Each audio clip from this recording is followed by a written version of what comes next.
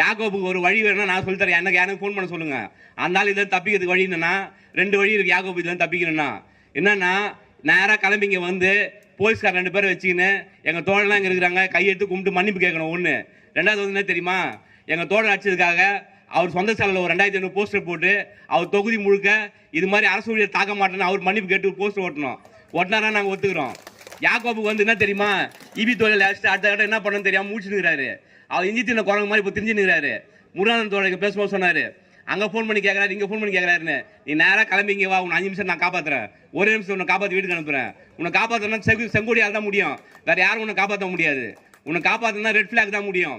இந்த நாட்டையே செங்கோடி தான் பாதை காட்டுது.